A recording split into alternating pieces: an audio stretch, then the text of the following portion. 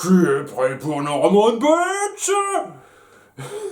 Je sens que cette série de vidéos va concurrencer la popularité de celle sur Black Sails. Alors que, de base, je m'attendais pas à ce que ce soit aussi populaire que d'autres, mais vraiment, la baisse de suivi des films Psychose a été un petit peu ennuyeuse, mais à nouveau, je fais un peu ce que je veux, c'est tant qu'il y a vraiment pas zéro personne pour suivre ça, je continue. Mais j'espérais un tout petit peu plus de gens. Mais peut-être que c'est pas pareil pour Bates Motel, puisque c'est un petit peu à part et c'est plus facilement trouvable. Et encore, je dois avouer que je suis un petit peu déçu parce que j'aurais juré que c'était dispo sur Netflix.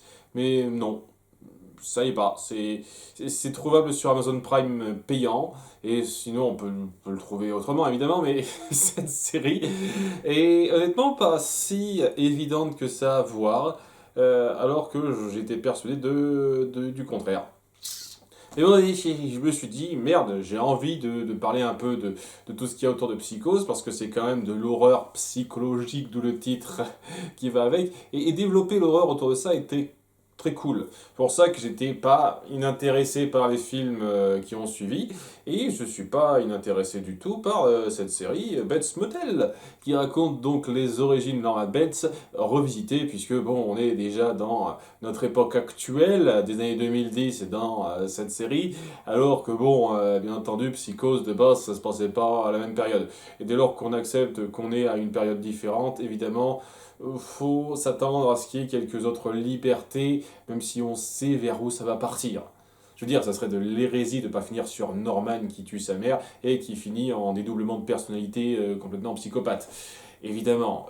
Mais et ça prendra, je pense, pas mal de liberté. C'est pour ça que je m'attends pas à ce qu'on fasse beaucoup de continuité, ou peut-être des références, mais pas beaucoup de continuité avec les films. Ça me surprendrait beaucoup, puisque de toute façon, c'est même pas la même époque. Dans tous les cas, oui, Norman Bates, un film d'origine, enfin une série de 50 épisodes sur les origines du tueur en série, et intéressant comme concept, peut-être un peu beaucoup pour ce que ça racontait, mais il faut voir comment ça va être développé.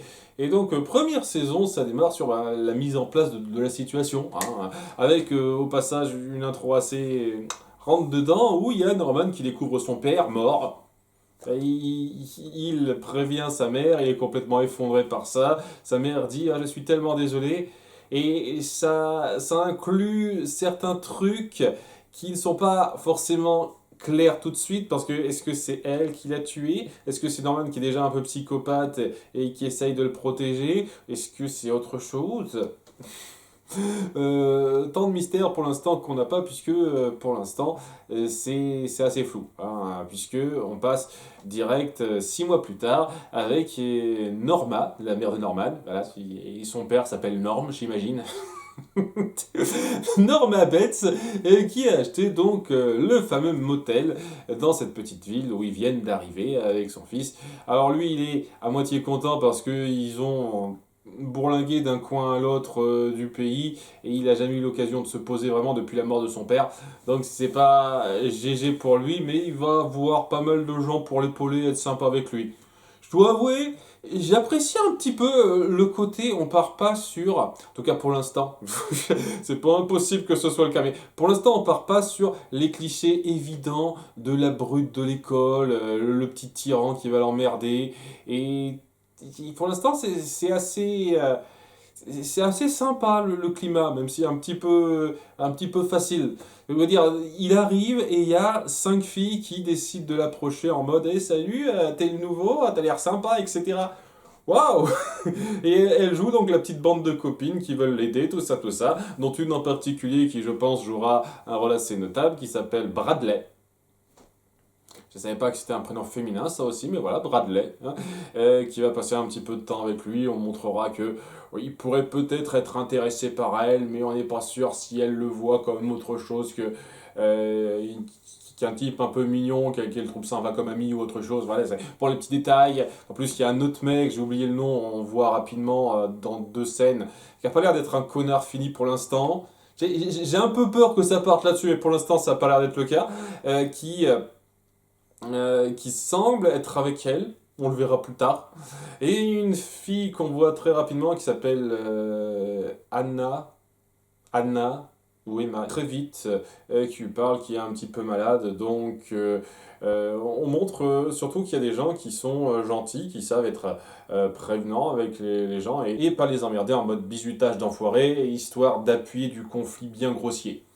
Pour l'instant, ce n'est que l'épisode 1.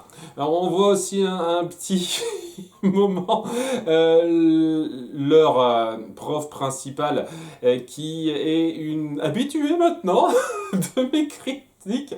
Elle a joué dans Once Upon a Time, il me semble que c'est la marraine fée. Elle a joué dans Descendants Belle, et maintenant elle joue la prof principale de Norman Bates. Je m'attendais pas à la découvrir aussi souvent, cette femme-là. Et ce qui est drôle avec ça, c'est que je pense que je l'ai jamais vue autrement que dans ses œuvres, que je découvre pour vous en réac ou en Disney Film. C'est ça qui est un peu dingue, je trouve. Le petit détail comme ça. Bref, elle est avenante, elle aussi. Elle est gentille avec lui, elle a suivi son dossier et elle essaye d'être prévenante sur le fait qu'il a perdu son père il n'y a pas si longtemps que ça, et donc elle essaye de l'ouvrir un petit peu à certaines choses, notamment au sport. Il pourrait faire partie de l'équipe d'athlétisme, qui a amené un petit conflit avec sa mère, et donc un petit peu le début de cette relation centrale de cette série, parce que bon, tous ces à côté, évidemment, ça va servir à un tout petit peu illustrer, enrichir l'univers global, mais ce qui est au centre, évidemment, c'est Norman et Norma. Je vais avoir un petit peu de mal. On se moque un peu de ça au bout d'un moment, mais en même temps, quand une femme qui s'appelle Jumbo veut appeler son fils Jumbo Junior, j'ai envie de dire, il y a largement pire. En tous les cas, on passe beaucoup de temps sur eux, notamment des petits conflits sur les considérations de l'une par rapport à l'autre, notamment à un moment donné, déjà pour le club d'athlétisme, le fait qu'elle veuille pas tout de suite qu'ils s'inscrivent à ça et qu'elle joue un tout petit peu les victimes tout en acceptant ça, en le faisant se sentir mal. On sent un peu la manipulation qui est pas ultra méchante sur le coup, parce qu'on sent pas, en tout cas pour l'instant, que c'est la grosse tarée qui veut rabaisser son fils. Pour l'instant, ça sent quand même l'approche un peu différente de ce qu'on a eu dans Psychose 4. Mais peut-être que c'est une façade et qu'on verra plus tard autre chose. Mais pour l'instant, c'est quelque chose. Mais on sent quand même le côté culpabilisant, un peu facile, un peu manipulateur, légèrement là-dedans. Et ce moment où il y a donc Bradley et ses potes qui veulent l'inviter à réviser ensemble, et où Norman ne veut pas, mais Norman est un petit peu énervé par ça, il se dispute et il fait le mur pour aller voir ça rapidement. Et au bout du compte, ce sera pas pour réviser, mais ce sera une petite soirée dansante, on s'amuse, on fait une rave, ce genre de conneries. Voilà, c'est pour ça qu'il partira assez vite. C'est pas plus mal, puisque il va y avoir un petit conflit qui va se mettre en place avec le propriétaire précédent de ce motel. Et oui, parce que ce motel, il appartenait à la famille des Summers. Je sais pas si ce sera un petit peu important ce nom-là par la suite. C'est peut-être le dernier de la lignée. Il va pas faire long feu, ce gars-là. Et donc, il vient les voir en mode ultra vénère. Non, ça nous appartenait à moi. Qu'est-ce qui vous donne le droit de faire ça? Mais je l'ai acheté, connard. T'as pas pu avoir assez d'argent pour le conserver. J'ai pu l'acheter, donc ferme ta gueule. Je pense qu'elle a un petit peu raison sur ce coup-là, étant donné qu'il se comporte comme un connard. Elle a un peu raison. Mais voilà, c'est un connard qui veut pas, qui apprécie pas qu'on lui donne tort. Et donc, le soir même, le moment où Norman est sorti, il fait irruption chez elle pour l'agresser. Carrément comme ça. Le mec, il se contient pas. Hein. C'est un peu un gros cliché caricatural, le gars. Je trouve qu'on en fait un petit peu trop des caisses sur lui. Il veut se venger, donc il l'agresse, et une fois qu'il a la main sur elle, tant qu'à faire, tout ici est à moi, et je veux poser mon territoire, et donc, t'es là, ma grande? Tu vois ce que ça veut dire? Voilà, c'est un viol direct, quoi. Pas subtil, le gars pas subtil. Et heureusement pour elle, Norman s'est fait un petit peu chier à la fête. Il est parti plus tôt et donc il arrive juste à temps pour l'assommer peu de temps après qu'il ait commencé son affaire. Donc il n'a pas pu aller jusqu'au bout, mais quand même, quand même. Et après l'avoir assommé, il le menotte, mais ça va pas suffire. D'ailleurs, je trouve que c'était un petit peu idiot, vous l'avez juste menotté les mains, mais il est libre de ses mouvements au-delà de ça. Vous auriez pas pu le menotter sur un radiateur ou autre chose pour qu'il puisse pas se déplacer? Non. De toute façon, ça va pas changer grand chose puisque Norma, en le voyant se réveiller et continuer de se comporter en gros bof connard, elle décide de lui planter le couteau dans le cœur et dans plein d'autres endroits et le poignard à fond, quoi, et le but. Donc Norman, ah merde, maman, qu'est-ce que tu viens de faire? Écoute, on va pas prévenir les flics, mon chéri. Après ce qui s'est passé, on va essayer de cacher le corps. Parce que ça va nuire à notre réputation. T'imagines comment on va être perçu et personne ne voudra venir au motel. Notre vie, dans le coin en tout cas, sera fichue.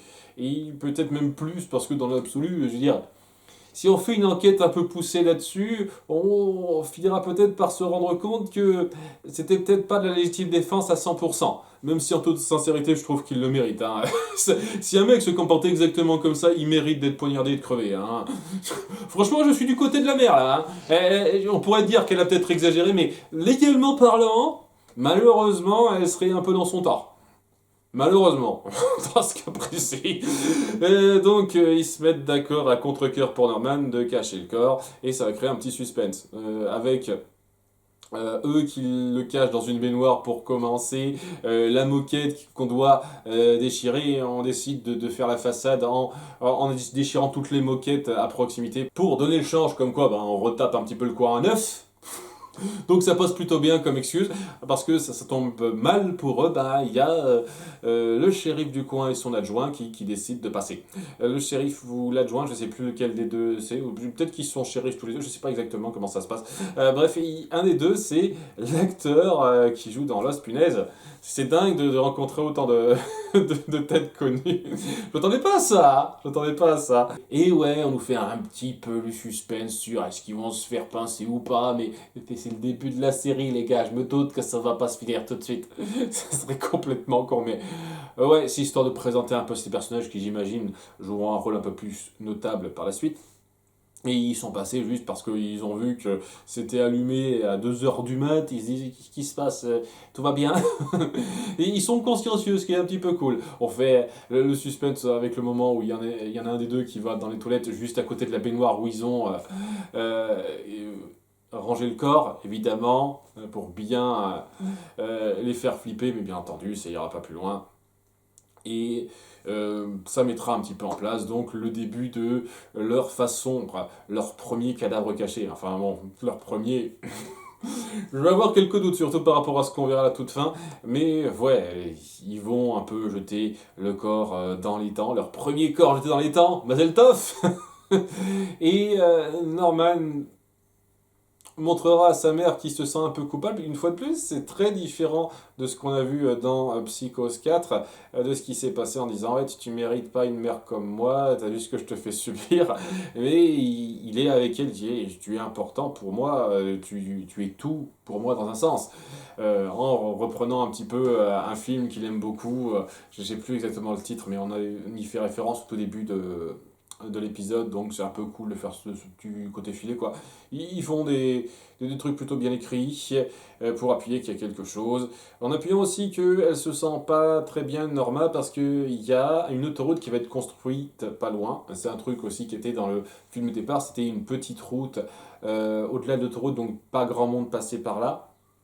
Et là, c'est un peu pareil, elle se sent mal parce que voilà, j'ai acheté cet endroit pour faire du commerce, hein, vendre des chambres quand même, enfin louer des chambres, mais s'il y a personne qui passe, ça va être un petit peu la merde. Elle se sent un petit peu mal par rapport à ça, mais on verra plus tard que peut-être ça ne se fera pas. En tout cas, dans sa tête, elle se dit ah, ça se fera peut-être pas en fait. J'ai prévu un petit truc. Et c'est un petit peu sur ça que ça se termine, avec l'enseigne qui est changée en Bates Motel. Titre et un petit cliffhanger de fin un petit peu bizarre où on voit juste un mec qui est séquestré et qui se fait faire des piqûres. On ne sait pas de quel mec il s'agit ou quoi que ce soit. Est-ce que c'est le père de Norman qui est pas exactement mort ou je sais pas trop quoi, je ne sais pas. Je ne sais pas. C'est le petit mystère qu'on nous fout à la toute fin. Je ne sais pas ce que ça veut dire exactement. Mais je suis sûr qu'on en saura plus dans pas très longtemps. C'était bien pour démarrer. C'est un bon épisode, plutôt efficace. Les acteurs s'en tirent très bien, je trouve, pour faire passer la plupart des trucs. Il y a pas mal de têtes connues, donc ça fait un peu plaisir pour moi. L'acteur principal doit jouer quelque chose de très complexe dans un sens. On ressent le besoin de s'acclimater à son environnement, le fait que sa mère l'énerve un petit peu par moment, mais en même temps, elle est beaucoup pour lui, évidemment. Et ce côté très timide du personnage, il y a à quelques moments où des persos féminins, notamment donc Bradley et puis la prof principale, sont un tout petit peu tactiles avec lui. Quand je dis un tout petit peu, c'est genre il me touche la main, ce genre de truc, mais ça lui fait quelque chose, ça le titille et il aime pas trop ça, quoi, dans le sens, sa timidité le reprend par rapport à ça, et il faut le jouer ça. J'apprécie ces petits détails qui mettent un petit peu en place, qu'on a conscience que c'est un peu un futur psychopathe, un peu tragique. Donc j'apprécie pas mal le détail pour l'instant. Ce premier épisode est efficace. Et si ça continue sur cette voie-là, ça va être une bonne série à suivre. Et c'est tout ce que j'espère. À bientôt pour l'épisode 2. Bye!